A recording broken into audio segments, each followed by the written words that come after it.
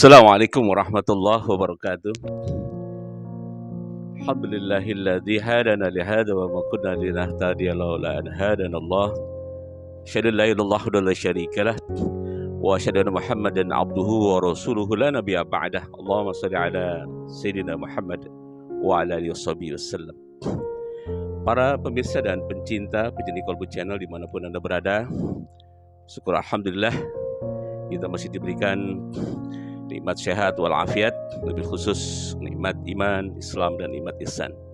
Dan insyaallah pada pertemuan kali ini saya Dr. Haji Sukarmawan MPD kali ini didampingi oleh guru saya Al-Mukarram Al-Ustadz Taufikur Rahman LC.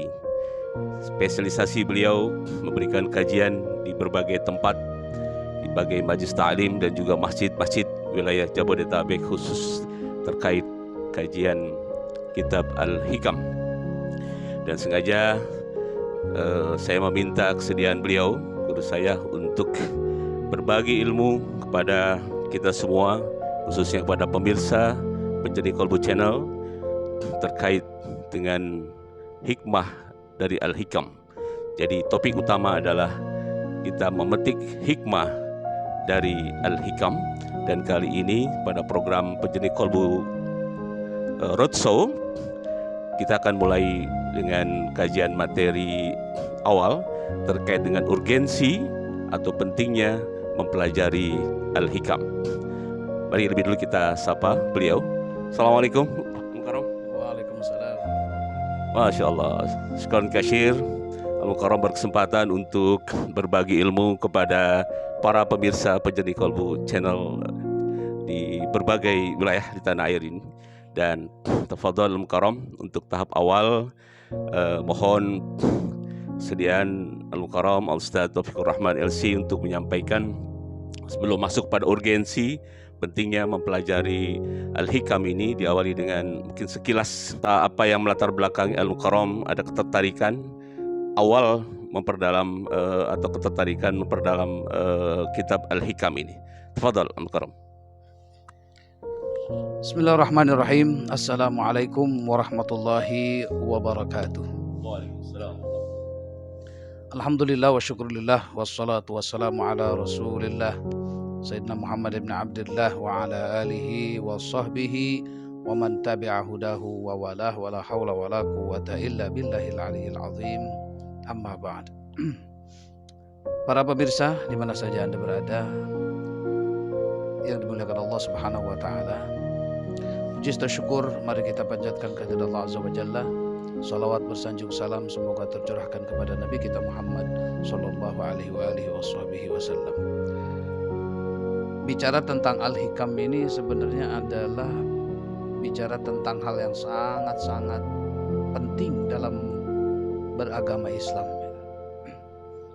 Nah, saking pentingnya itu ya, Al-Imam An-Nawawi meletakkan hadis tentang level atau makom di dalam Islam, yaitu Islam, iman, dan ihsan.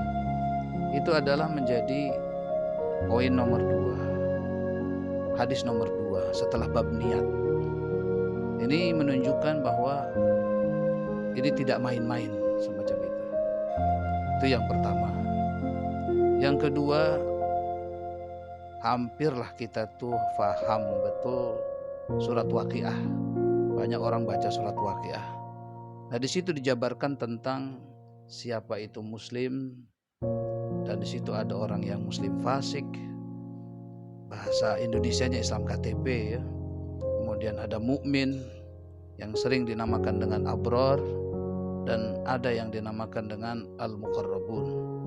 Jadi di situ dinyatakan bahwa kuntum azwajan salasa, kalian nanti akan terbagi menjadi 3 kelompok. Ini menunjukkan bahwasanya di dalam Islam itu ada level. Nah, kita pengen tahu kita berada di level mana.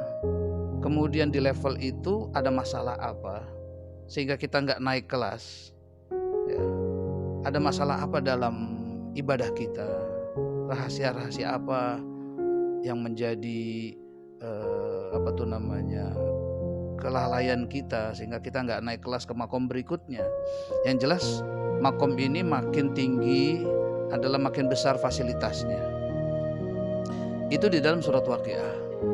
Kemudian juga kita melihat lagi dalam kitab Riyadhus Shalihin bahwa surga itu memang dibuat 3 level.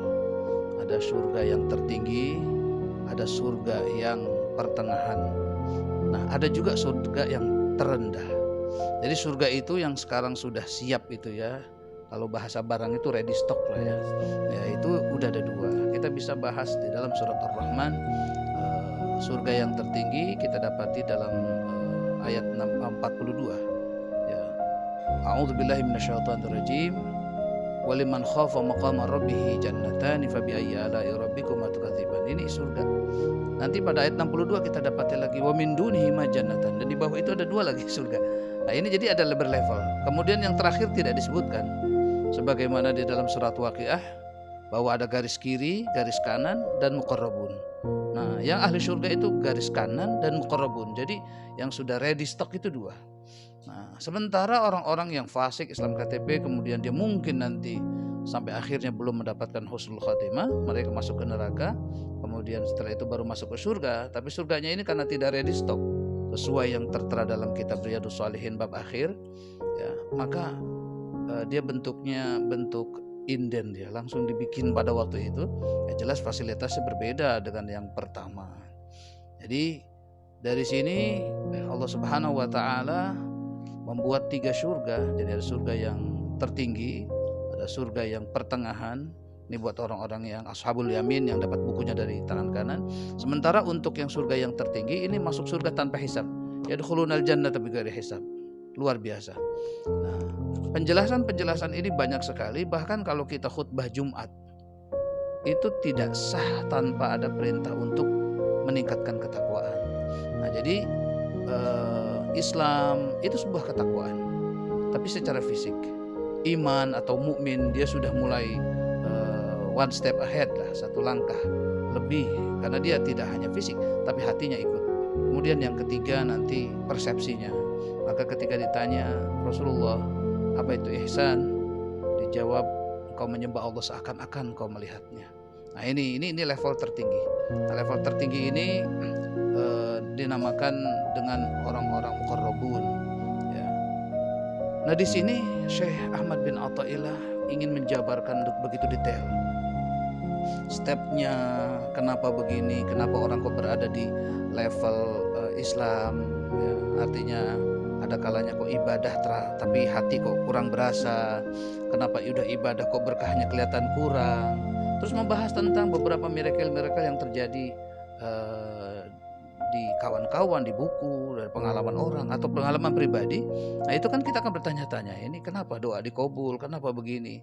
Nah, kalau tidak ada rambu-rambunya, mungkin kita pernah sampai level tinggi, tapi karena tidak ada rambu-rambu yang menegur kita suatu hari bisa jatuh derajatnya. Bahkan nauzubillah, orang yang dulunya wali bisa jatuh menjadi Islam KTP. Nah gitu ya. Dan ini contohnya banyak ya. Kita lihat yang pertama yang paling masyhur adalah iblis. Iblis itu kan jago ibadahnya ya. Kemudian ada lagi Bal'am bin Barurah yang ada di dalam Al-Quran.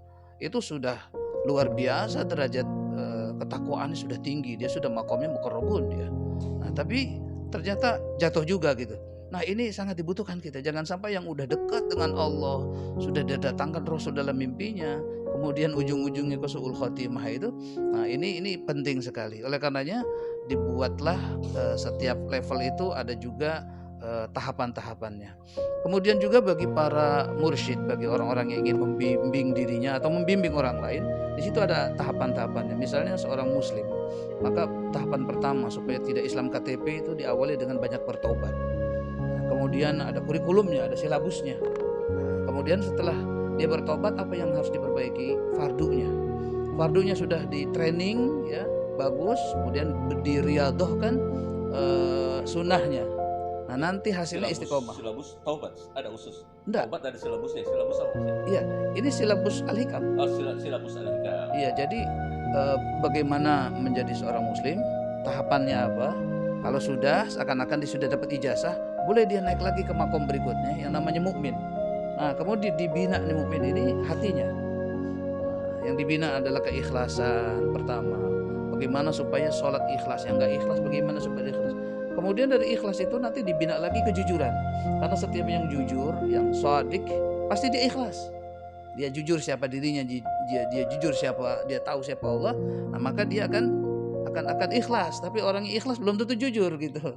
Nah, ini. Seperti orang yang mengutamakan sunnah tapi meremehkan fardu, itu namanya dia tidak jujur. Tidak jujur pada Allah. Kok kamu ngambil yang sunnah, fardu kamu, sementara Allah senang kalau dekatnya itu, hamba itu dekatnya fardunya dulu yang cakep. Nah yang kayak gini namanya dia ikhlas melakukan amalan sunnah, tapi dia tidak jujur sama Allah, tidak disuka oleh Allah. Bisa jadi hal itu tidak diterima. Nah capek dan lelah dia mengamalkan sunnah, tapi kurang diterima oleh Allah, dan status dia hanya masih di muslim. Padahal amalan dia amalan abror yang ahli surga. Tapi orang semacam ini bisa terjerumuskan neraka gitu. Kemudian yang terpenting, tidak kalah penting lagi, bahwa dalam sejarah orang yang statusnya dia bukan seorang nabi, dia tidak berstatus seorang ulama besar, tapi kalau sudah dikaruniai al-hikam, dia orang penting, disetarakan dengan para nabi.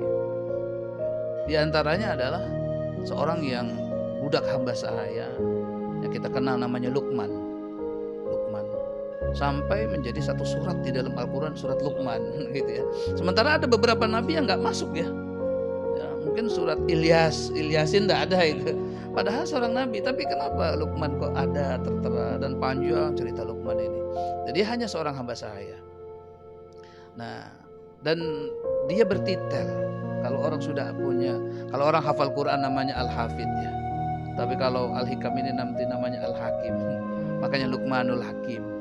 Nah, ini bertitel. Dan yang menarik juga bahwa Al-Hikam ini bukan pelajaran baru. Jadi bukan cuman Al-Hikam Ibnu Athaillah, banyak. Al-Hikamnya Syekh Abdul Qadir Jailani, Al-Hikamnya Imam Syafi'i, Al-Hikamnya dan sebagainya itu banyak. Dan orang yang pertama kali membahas dan mengkaji Al-Hikam adalah nabi kedua yang harus kita hafal, yaitu Nabi Idris alaihissalam.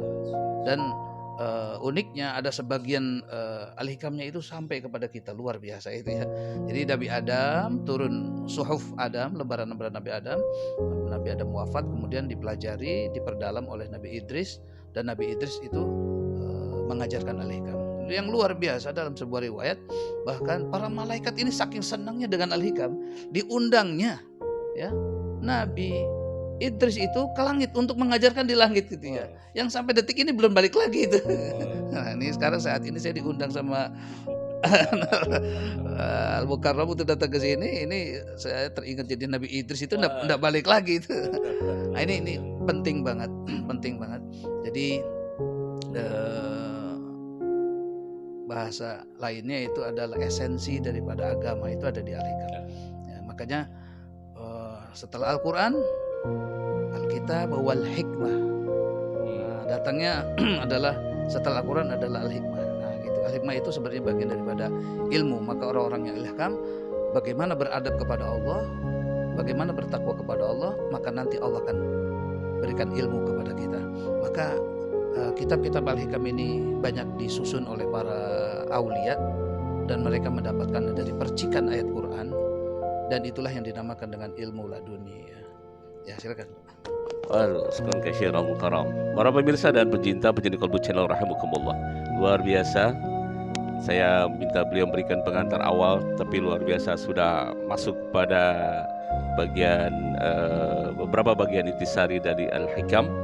Dan berikutnya Al-Mukarram, sebelum, karena beliau akan melanjutkan dengan kajian rutin di Jumat pagi ini, Mukarram, ada persepsi sebagian ini Allah alam berapa persen di kalangan umat Islam yang memandang negatif terhadap Al-Hikam, atau dipandang menyelisihi dari sunnah-sunnah Rasulullah. Boleh jadi seperti itu pandangan mereka. Jadi mohon penjelasan Mukarram bahwa pandangan itu keliru kalau yang mereka mempunyai persepsi negatif terhadap Al-Hikam. Justru di Al-Hikam ini banyak sesuatu yang sangat bernilai, berharga untuk diketahui dan dipelajari oleh umat Islam. Ini sesuatu hal yang mesti dan pasti. Sebab begini, Gak usah orang di luar hal itu ya. Di dalam saja bisa berselisih. Contoh kita ambil seorang muslim yang masih kategori KTP lah, itu bingung ngelihat itu orang rajin amat ya, apa dia nggak nyari duit, apa bagaimana kayak gitu. Rasanya yang sholat sama nggak sholat sama aja tuh, sama-sama punya utang. Jadi si orang Islam KTP itu tak paham kenikmatan yang didapati orang yang rajin ibadah. Nah jadi yang the real muslim. Nah nanti muslim pun tidak paham tentang orang-orang abror.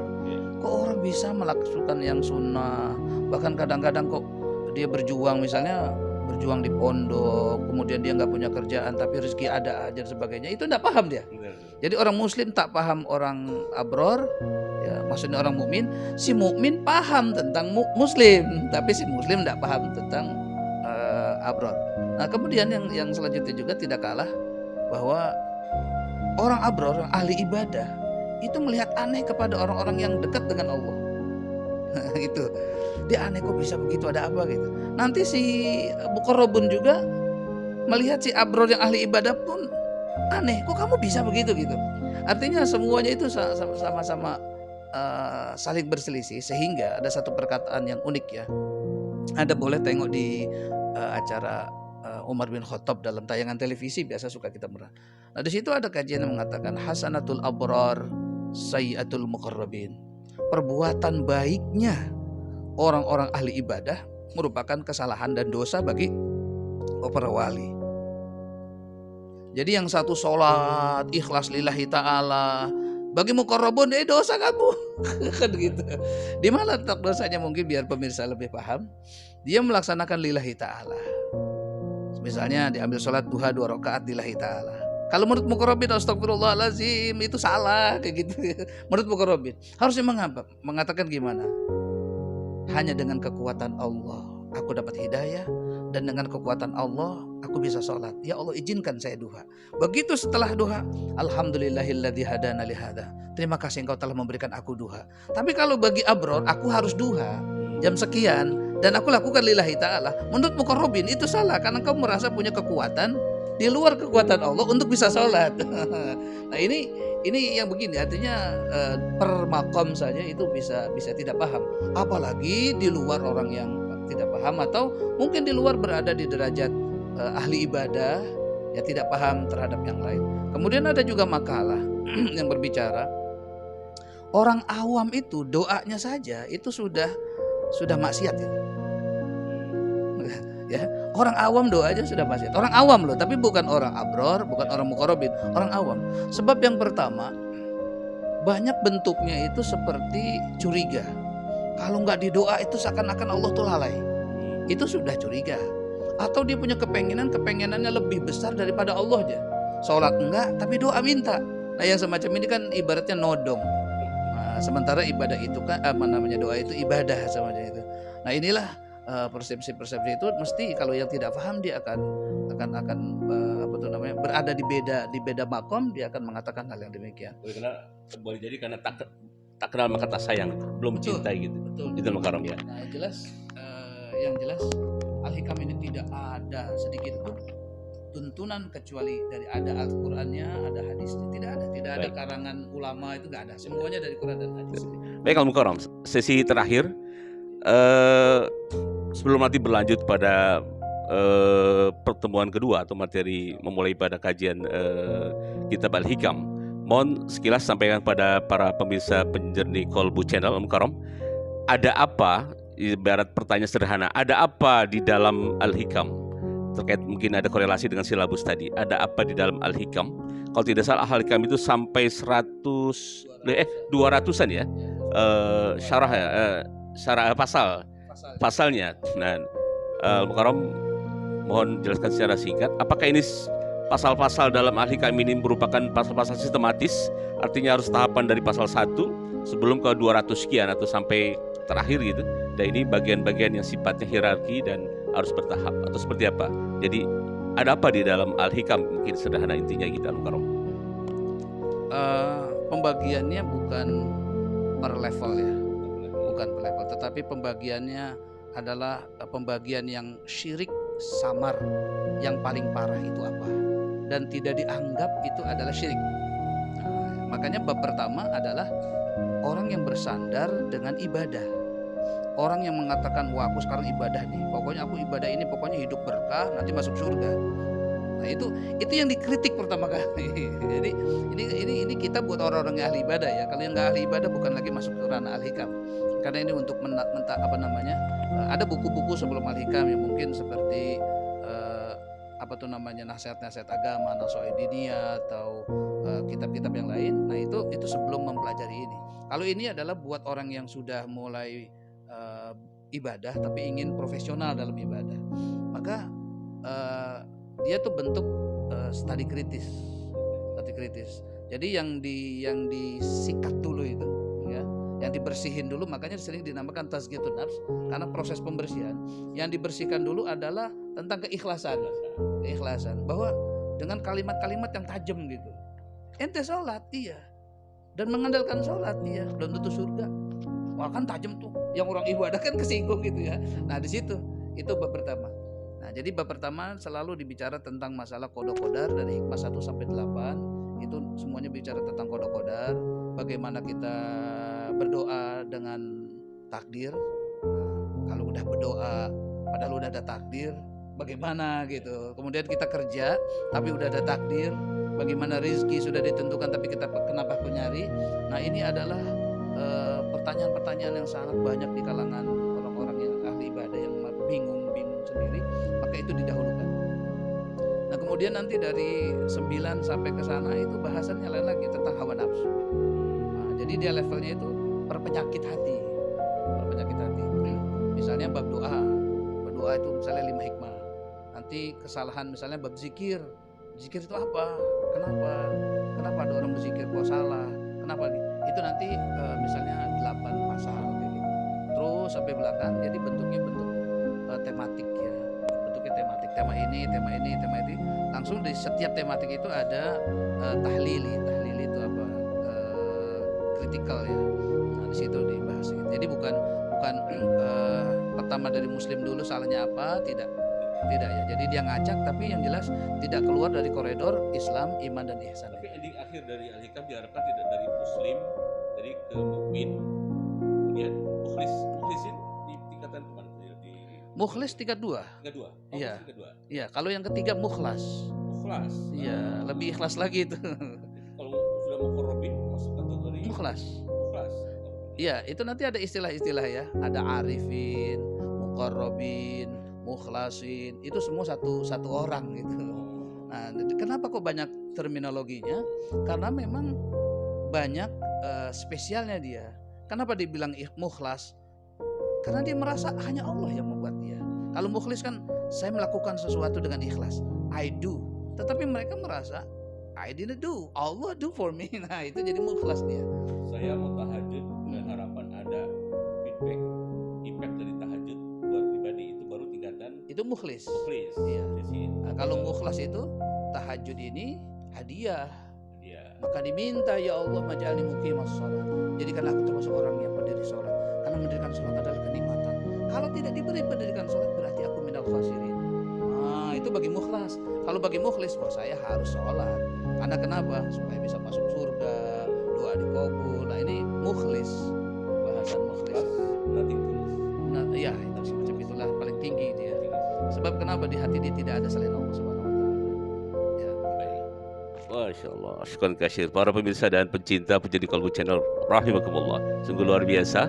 Ini baru materi pengantar dan insyaallah pada perjumpaan kedua nanti mulai masuk kepada materi awal yang akan disampaikan oleh beliau Al-Mukarram Al-Ustadz Taufikur Rahman LC, dan nantikan kajian awal dari kitab Al-Hikam oleh Ustadz Taufikur Rahman LC pada perjumpaan kedua, karena pada hari ini sebatas untuk menyampaikan sekilas pandang tentang kitab Al-Hikam, dan tentunya sebagaimana ada slogan tak kenal maka tak sayang, tentunya kita punya persepsi, atau orang yang belum mengenal Al-Hikam, kitab Al-Hikam ini punya persepsi yang negatif tetapi setelah mendalami insya Allah nanti kita akan ada kecintaan sebagaimana cintanya kita kepada Al-Quran, berinteraksi dengan Al-Quran, dan begitu juga ketika nanti kita sudah mendalami Al-Hikam secara step by step akan disampaikan oleh beliau, guru saya dan guru kita bersama